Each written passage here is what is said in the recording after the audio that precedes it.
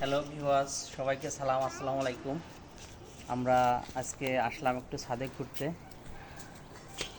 ছাদে ঘুরতে এসে দেখলাম গাছগুলো সুন্দরভাবে একটু দেখার জন্য এসে দেখি কি ফল স্ট্রবেরি গতকালকেও দেখলাম ফলগুলো ছিল কাঁচা, আজকে দেখলাম লাল হয়ে গেছে।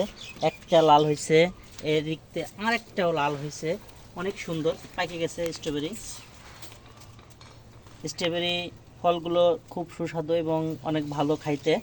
তা একটা যেহেতু পেকেছে, তাহলে আমরা একটা ছেড়বো, ছিঁড়ে আমার ছেলেকে দেবো। কি কব পুষ কর